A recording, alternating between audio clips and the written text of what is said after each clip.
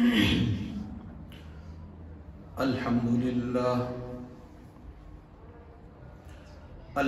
لله وكفى والصلاة والسلام على من لا نبي بعده.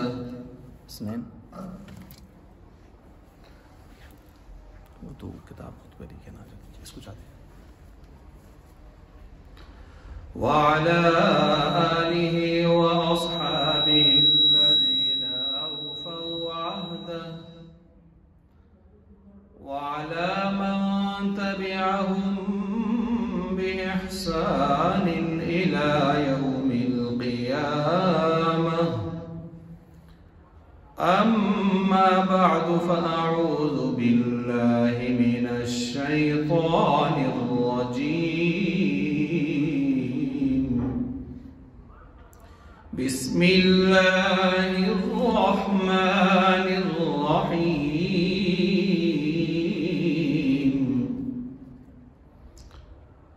ما كان محمد أبا أحد من رجالكم ولكن رسول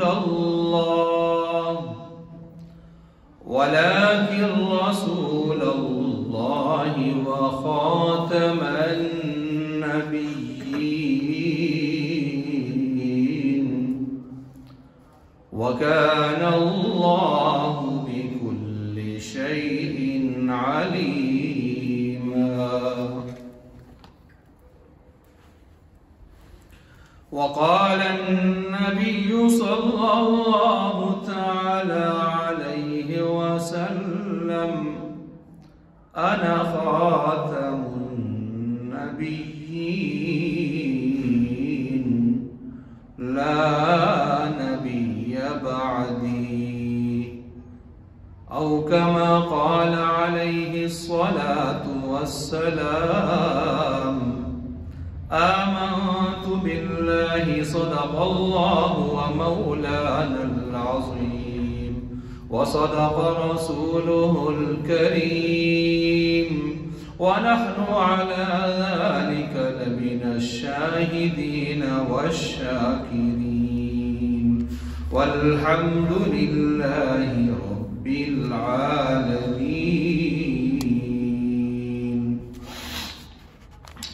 محترم المقام واجب الاحترام حضرات سامعین کرام، آج کی جمعہ کی اس نشست میں قرآن مجید فرقان حمید 22ویں پارہ سے ایک آیت کریمہ تلاوت کرنے کے بعد ذخیرہ احادیث میں سے ایک حدیث مبارک آپ کے سامنے پڑھی ہے. گزشتہ جمعہ سے اس آیت اور حدیث کے ذیل میں جو موضوع شروع کیا ہے اور آج اس موضوع سے متعلق دوسرا جمعہ ہے.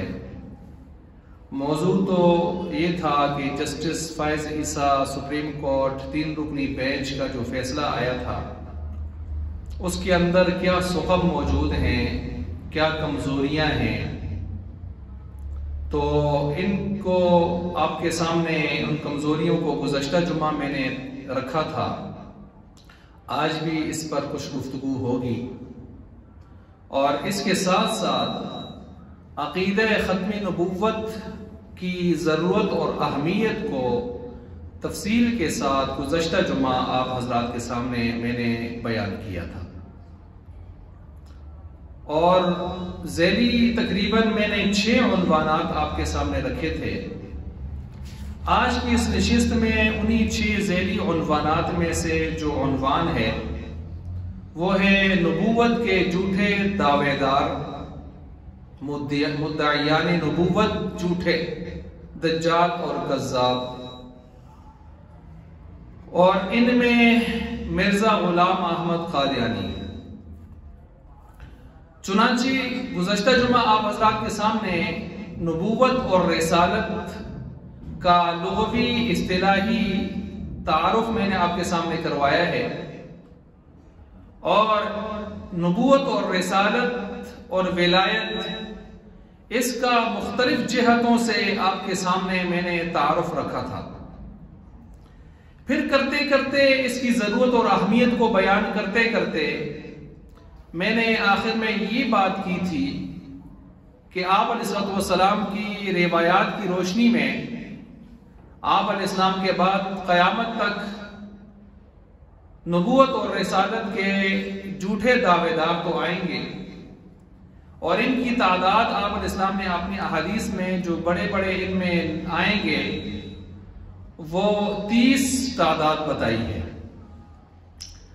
اب یہ 20 سے اوپر کوئی کہتا ہے 18، کوئی 20، کوئی 24، کوئی 26 کہتے ہیں کہ آ چکے ہیں۔ ان میں سے کچھ کے میں نے نام بھی گزشتہ جمعہ آپ کے سامنے رکھے۔ انہی مردودین میں سے، انہی مردود لوگوں میں سے ایک شخص مرزا غلام احمد قادیانی بھی آیا ہے۔ باقیوں کو ہم زیر بحث عام طور پر نہیں لاتے اس وجہ سے کہ وہ دنیا میں اتنی شہرت انہوں نے حاصل نہیں کی، ان کے ماننے والے دنیا میں اتنے زیادہ نہیں رہے نہ ہیں کہ جن کے ساتھ ہماری محاذرائی ہو۔ لیکن مرزا غلام احمد قادیانی وہ شخص ہے کہ جس کی شہرت دنیا کے مختلف ممالک میں ہے، جس کے ماننے والے بد نصیب محروم القسمت طبقہ دنیا کے مختلف ملکوں میں کہیں نہ کہیں ان کا بیج ہمیں ملتا ہے، ان کا تخم ہمیں ملتا ہے۔ اور صرف یہی نہیں کہ وہ مختلف ممالک میں موجود ہیں، بلکہ وہ اپنی ظاہری مادی طاقت کے بلبوتے پر آئے روز کوئی نہ کوئی پلاننگ کر رہے ہوتے ہیں اسلام اور مسلمانوں کے خلاف۔ ہمارے ملک پاکستان میں کہیے یا بیرونی اعتبار سے کہیے، ان کی کوشش ہوتی ہے کہ ہمارے ملک پاکستان پر خاص طور پر اس کے معاشی سلسلے کو بدحال سے بدحال کیا جائے، اس کے سیاسی سلسلے کو اپنے مرہون منت کیا جائے، اس کے معاشرتی سلسلے کو اپنے تابع کیا جائے، اس کے اندر سیاسی اور معاشی عدم استحکام لایا جائے، ان کو مفلوج کر کے غیروں کا زیادہ سے زیادہ محتاج بنایا جائے، ان کو دنیا کے سامنے مختلف پروپیگنڈا، مختلف طریقوں سے پروپیگنڈے کر کر کے ان کو پاکستان کو، اہل پاکستان کو، اسلام کو، اہل اسلام کو دنیا کے سامنے بدنام کیا جائے۔ چنانچہ آئے روز مختلف قسم کے ہتھ کنڈے ہمیں ان کے نظر آتے ہیں۔ اب یہی وہ مسئلہ ہوتا ہے، ان کا وہی وہ سلسلہ ہوتا ہے کہ جو کبھی کبھی ہمارے عدالتی فیصلوں پر بھی اس کا اثر نظر آتا ہے، ہمارے بلند و بالا عہدے رکھنے والے ملکی ان کے فیصلوں اور ان کے نظریات میں بھی ان کا کہیں نہ کہیں ہمیں اثر نظر آتا ہے۔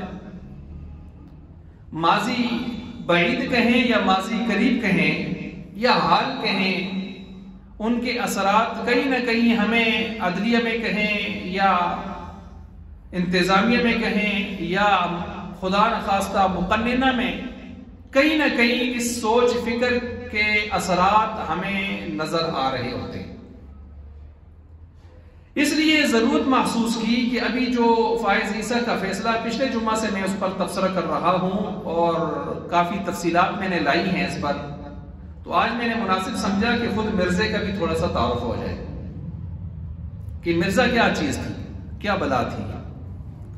ہے تو یہ عنوان یا یہ موضوع بہت لمبا ہے، میں چند باتیں اس کے حوالے سے آپ کے سامنے رکھوں گا، اور ظاہر بات ہے جب بھی اس طرح کا کوئی سلسلہ قادیانیت نوازی کا کہیں، ان کو پروموٹ کرنے کا کہیں، تو پھر ظاہر بات ہے مسلمانوں کے دلوں پر چھری چلتی ہے، ان کے جذبات کو مجروح کیا جاتا ہے، تو پھر وہی شعر میرے سامنے آتا ہے، نہ تم صدمے ہمیں دیتے نہ ہم یوں فریاد کرتے، نہ کھلتے راز سر بستہ نہ یوں رسوائیاں ہوتی، تو پھر بات کسی ترتیب سے سامنے آتی ہے۔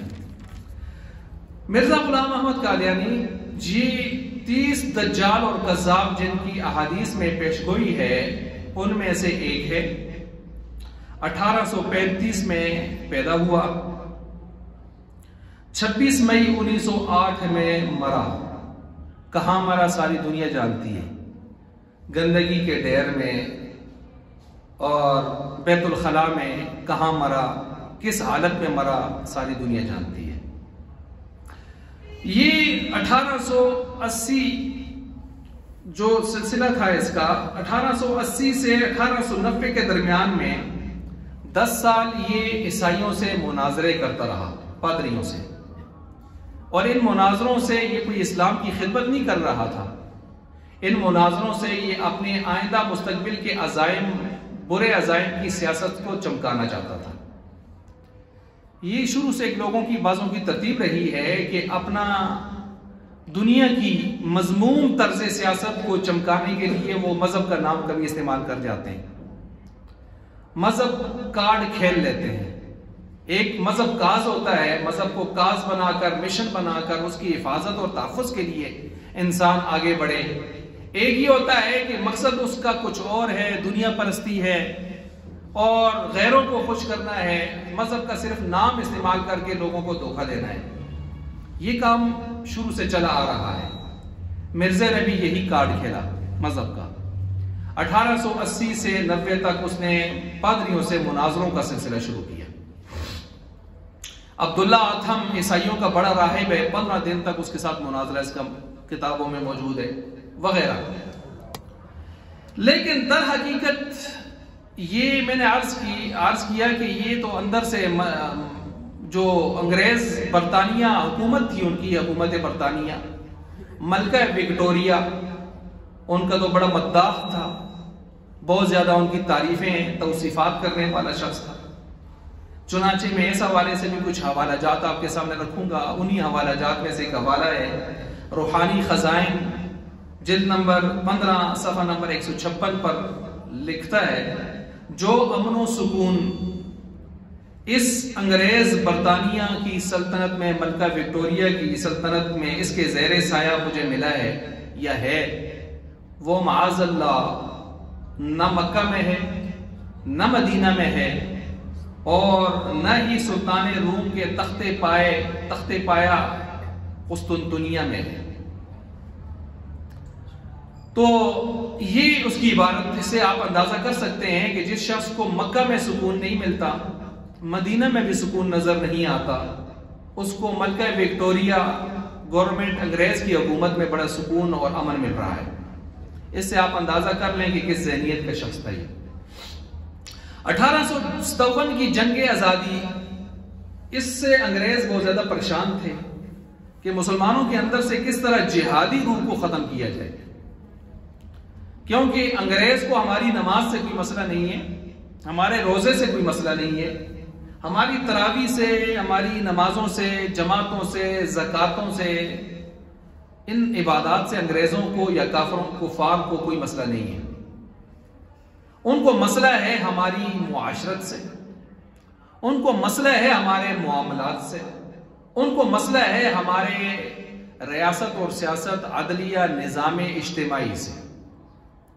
وہ کہتے ہیں یہ سارا کچھ ہمارا ہونا چاہیے, باقی آپ نمازیں پڑھتے رہیں, مسجدیں بھی ہم آپ کو کچھ نہ کچھ بنا کے دیں گے جہاں ہمارے اوپر زور زیادہ پڑے گا, نہیں تو آپ بنائیں مسجدیں, آئیں اپنی مسجدوں میں نمازیں پڑھیں, لمبی لمبی رکعتیں پڑھیں, نفل پڑھیں, حلوے شلوے پکائیں, شب براتیں منائیں, سارا کچھ کریں.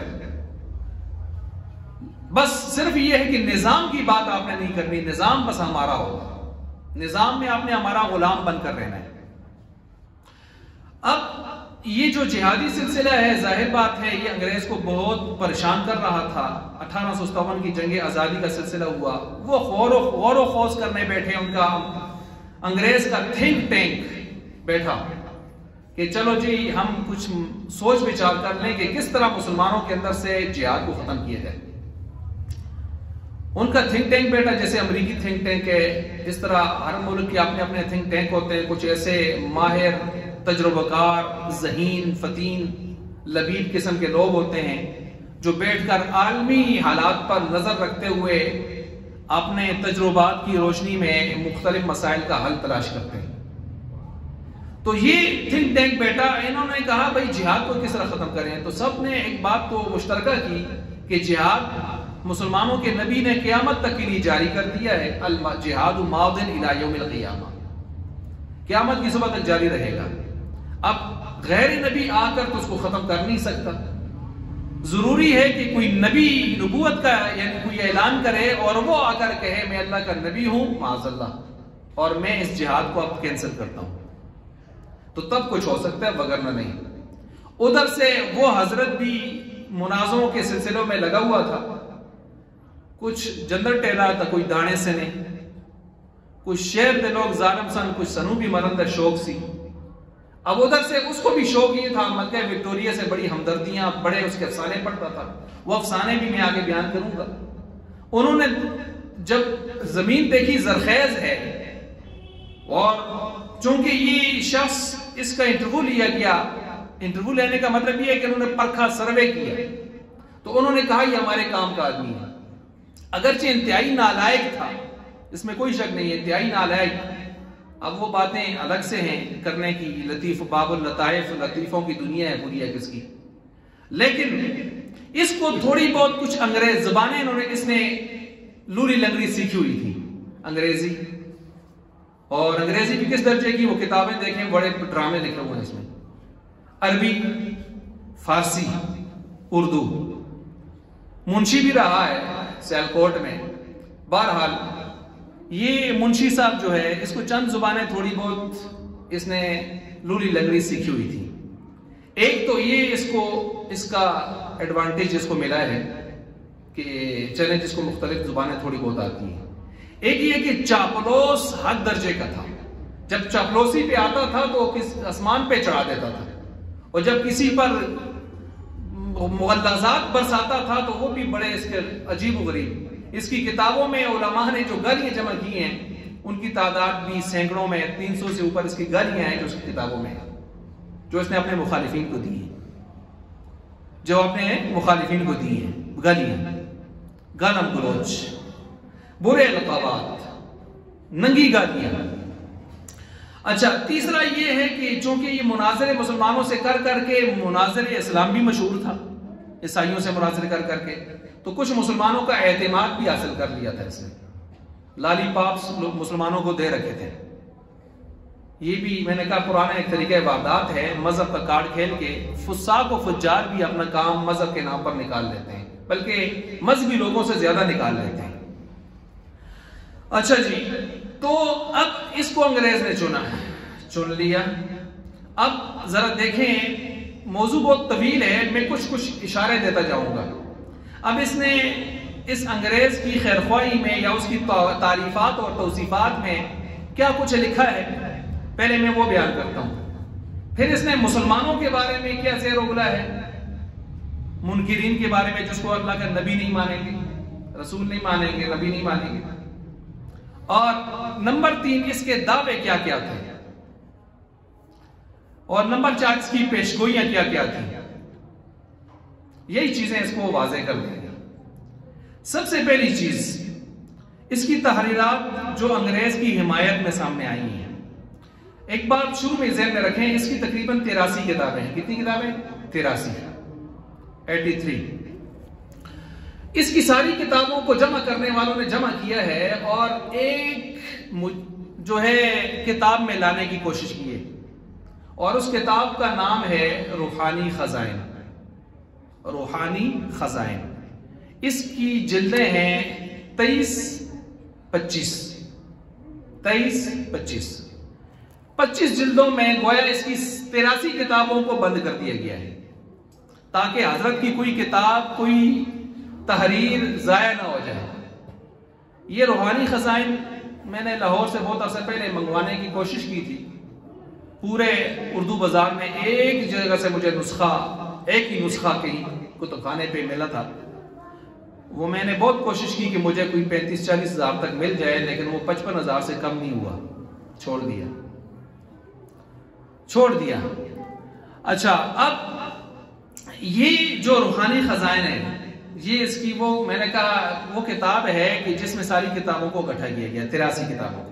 اب ذرا سنیے، اس کے مجموعہ اشتہارات، ایک کتاب رسالہ ہے، اس کے اندر صفحہ 198 پر لکھا ہے دنیا میں جتنے بھی لوگ وفادار گزرے نا، غیروں کے، کفار کے، مشرکین کے، انگریزوں کے، ہر ایک آدمی اپنے کو چھپانے کی کوشش کرتا تھا کہ میں بے عزت نہ ہو جاؤں، لیکن اس کو میں اس لحاظ سے آپ بھی مانیں گے کہ اس نے وفاداری کا پورا پورا ثبوت دیا ہے۔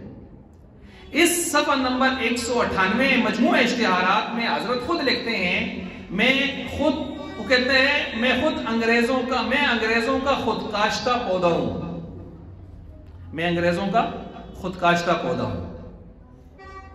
یعنی یہ ان کی تعریف میں اپنے آپ کو ذلیل کرتے ہوئے اور ان کو زیادہ عزت دیتے ہوئے حضرت نے عاجزی بڑی کی ہے، لیکن حضرت نے یہ اعتراف حقیقت بھی فرما لیا ہے کہ میں انگریزوں کا خود کاشتہ پودا ہوں، مجھے انگریزوں نے گڑا ہے، یعنی انگریزوں نے میری صورت میں جھوٹی نبوت کا ایک درخت لگایا ہے، خود کاشتہ پودا۔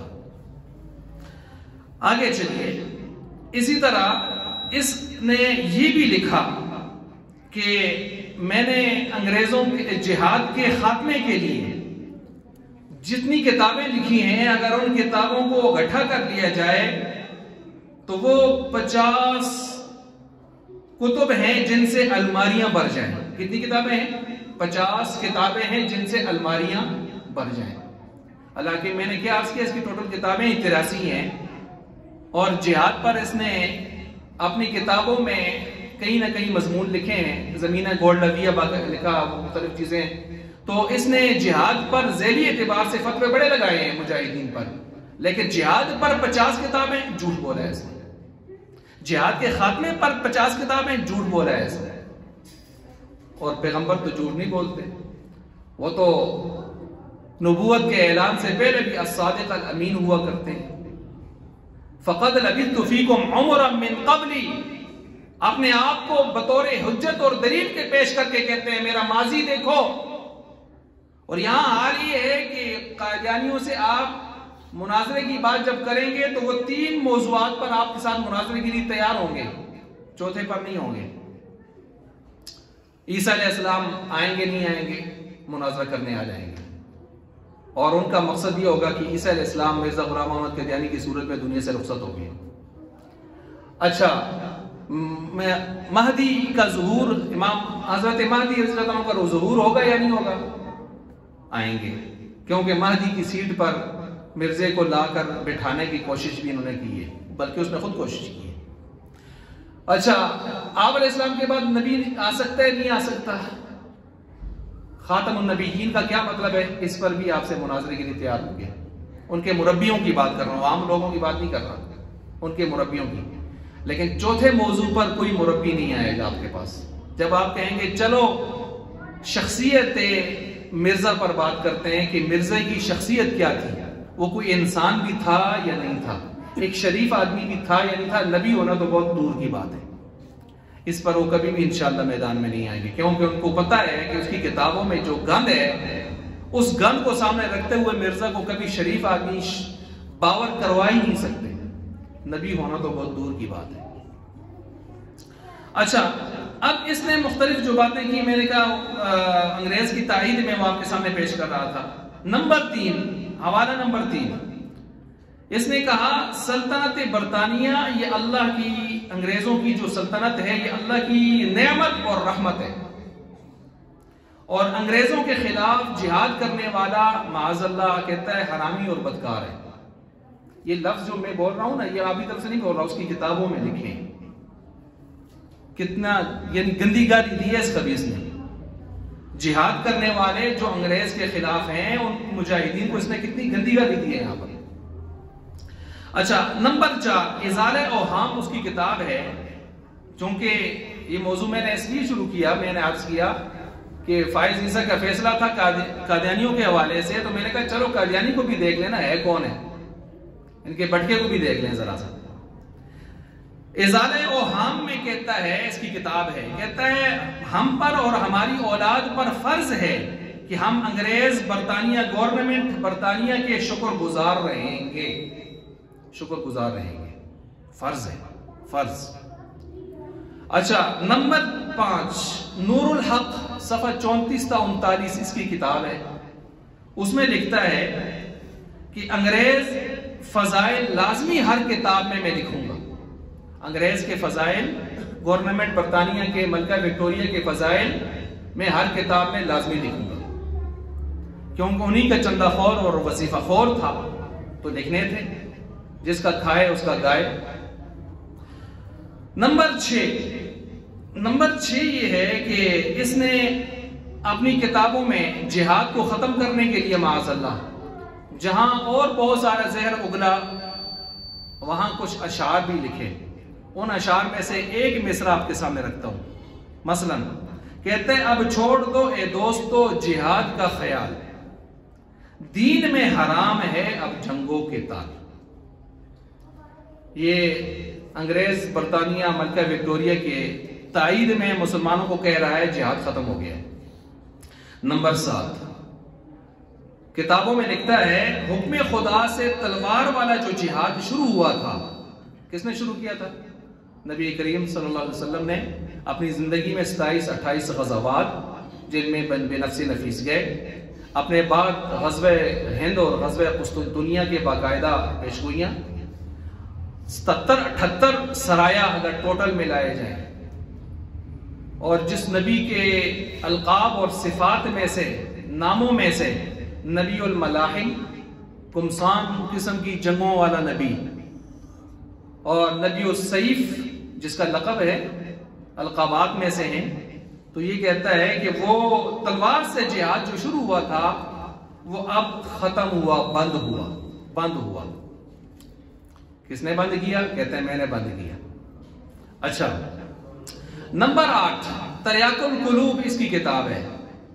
اس میں کہتا ہے کہ ملکہ وکٹوریہ کو خط لکھتا ہے، برطانیہ کی ملکہ کو خط لکھتا ہے. وہ کہتا ہے میں مسلمانوں میں سب سے اول درجہ کا خیرخواہ ہوں آپ کا. یعنی آپ نوٹ فرما لیں، اس کو کہتا ہے کہ میں آپ کا مسلمانوں میں سب سے اول درجہ کا خیرخواہ ہوں. کیوں؟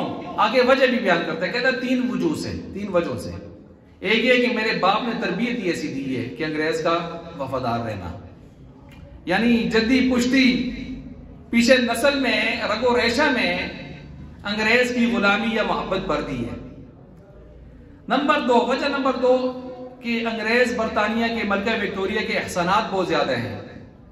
نمبر 3 معاذ اللہ الہام خدا، اللہ کی طرف سے مجھے الہام ہوا ہے کہ ملکہ وکٹوریہ برطانیہ کا وفادار بن کے رہنا. یہ اس کی کتابوں کی عبارتیں میں آپ کے سامنے رکھ رہا ہوں. اچھا، نمبر 9 ستارہ کیسریہ اس کی کتاب ہے 83 کتابوں میں سے. ستارہ کیسریہ میں اس نے خط لکھا ہے ملکہ وکٹوریہ کو، اور اس میں اپنے آپ کو جتنا ذلیل یہ کر سکتا تھا اس نے کیا ہے، اور اس کو جتنا آسمان پہ چڑھا سکتا تھا اس نے حد درجہ کوشش کی ہے.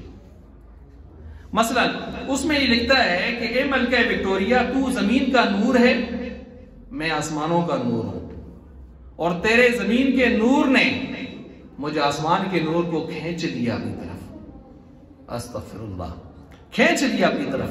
پھر آگے کہتا ہے کہ انگریزوں کے یہ جو چٹے چمڑی والے گورے چمکتے چہرے ہیں، اللہ کرے قیامت والے دن بھی ان انگریزوں کے چہرے یوں چمکتے ہوں. استغفر اللہ العظیم. یہ ہے حضرت صاحب، یہ ہے مرزا غلام محمد قادیانی صاحب. اس کو انگریزوں کے چہروں پر بڑا نور نظر آتا تھا، بڑا نور نظر آتا تھا. کسی کو نور نظر آتا ہے، کسی کو حور نظر آتی ہیں. تو یہ نور رکھنے والا دیکھیں یہاں پر کہ اب دیکھیں قرآن کریم میں اللہ تعالیٰ فرماتے ہیں وَأَمَّا الَّذِينَ ابْيَضَّتْ وُجُوهُهُمْ فَفِي رَحْمَةِ اللَّهِ. وجوہ یوم، دوسری جگہ اللہ فرماتے ہیں کچھ چہرے قیامت والے دن ایسے ہوں گے کہ وہ مستبشرہ، خوشخبری حاصل کیے ہوئے خوش باش، اور ناظرہ، چمکتے ہوئے ہوں گے. یہ چمکتے ہوئے چہرے کس کے ہوں گے قیامت والے دن؟ جنتیوں کے ہوں گے. کس کے ہوں گے؟ عبداللہ بن عباس رضی اللہ تعالیٰ عنہ فرماتے ہیں یہ اہل سنہ ہم اہل سنتی والجماعتی، یہ اہل سنت والجماعت کے چہرے ہوں گے مسلمانوں کے جو قیامت والے دن چمکتے ہوں گے.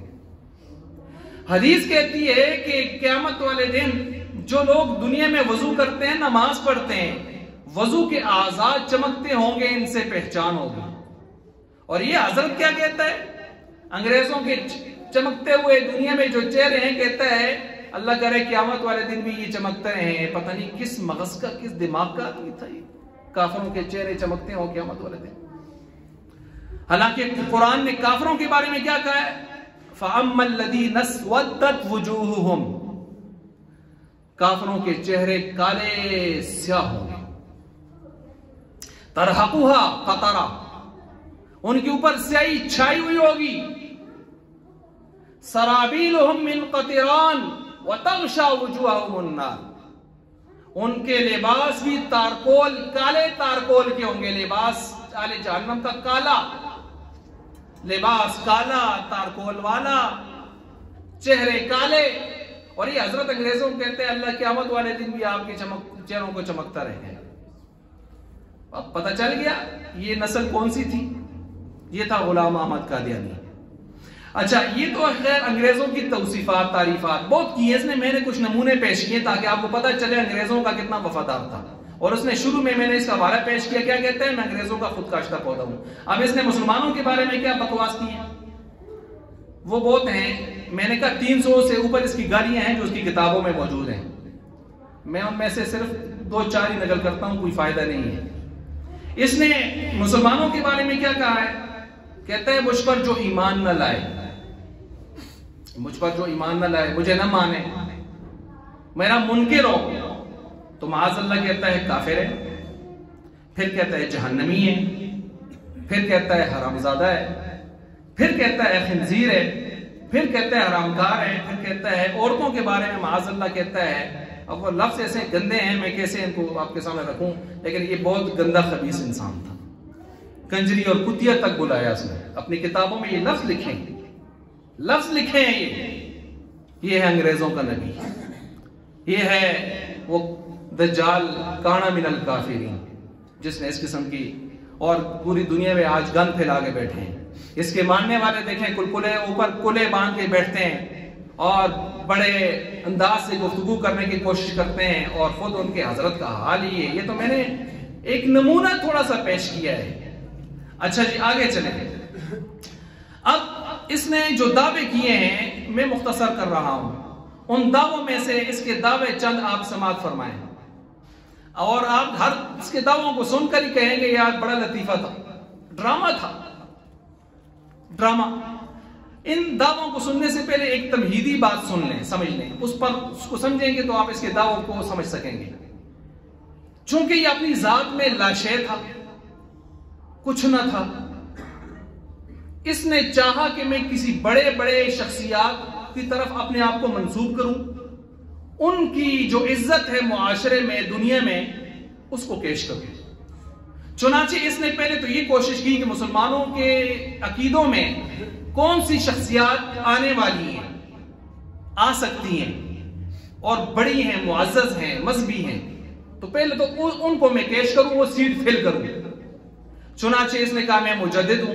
مجدد 100 سال کے بعد ایک شخص آتا ہے جو آ کر سارے دین کو نکھار دیتا ہے۔ یہ ہر صدی کا ایک مجدد گزرا ہے۔ پیچھے 11ویں صدی ہجری کے مجدد الفسانی شیخ احمد سرہندی رحمۃ اللہ علیہ گزرے ہیں، اکثر لوگ ان کا نام سنتے ہیں، جانتے ہیں۔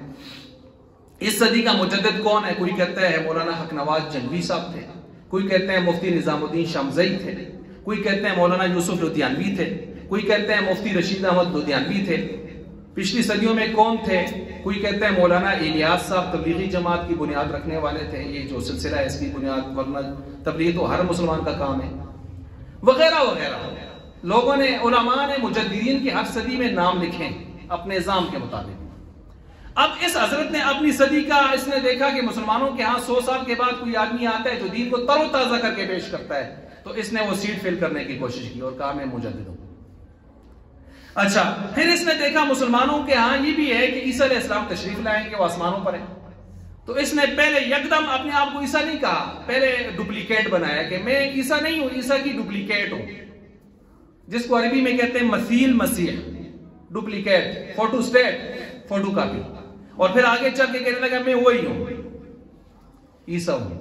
اب اسی وجہ سے آپ قادیانیوں کا نظریہ یہ ہے کہ عیسیٰ دنیا سے رخصت ہو گئے ہیں. میرے ساتھ چلا گیا ہے. کدھر گئے ہیں آج تک یہ بھی فیصلہ نہیں کر سکے. سری نگر میں قبر بن گئی ہے, کشمیر میں کہاں ہے, وہ کہاں گیا ہے, یہ بھی پتہ نہیں چل سکا ان کو. خیر, اس طرح انہوں نے مہدی, انہوں نے دیکھا مسلمانوں کے ہاں مہدی آئے گا. مہدی آئیں گے نا, دجال کا جب دور ہوگا اس سے پہلے یہ آئیں گے اور دجال کو قتل کرنے کے لیے عیسیٰ علیہ السلام تشریف لائیں گے. اچھا, اس نے مہدیت کا دعویٰ بھی کیا کیونکہ سیٹ اس کو خالی نظر آئی, فل کرنے کی کوشش میں آیا. اب جتنی اس کو مسلمانوں کے عقیدوں میں سیٹ خالی نظر آئی نا, ان کو فل کرنے کے چکر میں آیا. اچھا, اب یہ چاہتا کیا تھا؟ شہرت, زیادہ سے زیادہ میں فیمس ہو جاؤں, مشہور ہو جاؤں, انگریزوں کے ہاں اور زیادہ منظور نظر ہو جاؤں.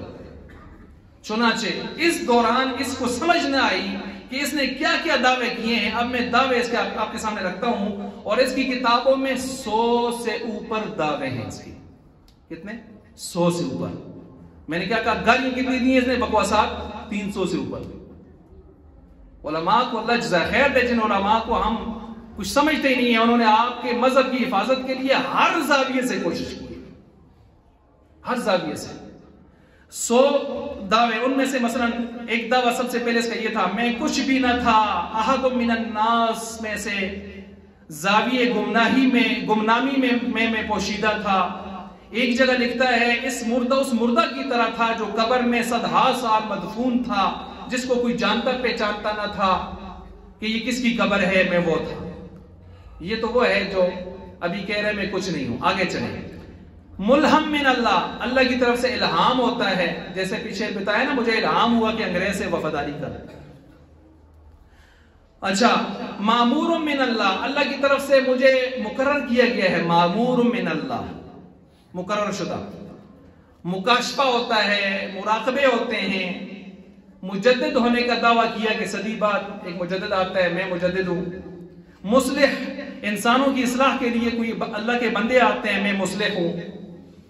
اسی فل کرنے کے چکر میں آگے میں مسیح ہوں, وہی ڈپلیکیٹ, عیسیٰ علیہ السلام کی ڈپلیکیٹ, فوٹو کاپی. پھر آگے چلا, کہنے لگا میں محدث ہوں. پھر کہنے لگا میں مہدی ہوں, سیٹیں فل کر رہا ہے. پھر آگے چل کے کہتے ہیں نہیں میں پکا مسیح عیسیٰ ہوں. معاذ اللہ. وہ کسی نے کہا تھا نا کہ تو کدھر سے آ گیا ہے, اس نے کہا اسمہ احمد. آپ علیہ السلام نے فرمایا میرے بعد ایک نبی آئے گا جس کا نام احمد ہوگا, تو کہتے ہیں غلام کو اٹھاؤ, احمد بجتا ہے, میں احمد ہوں.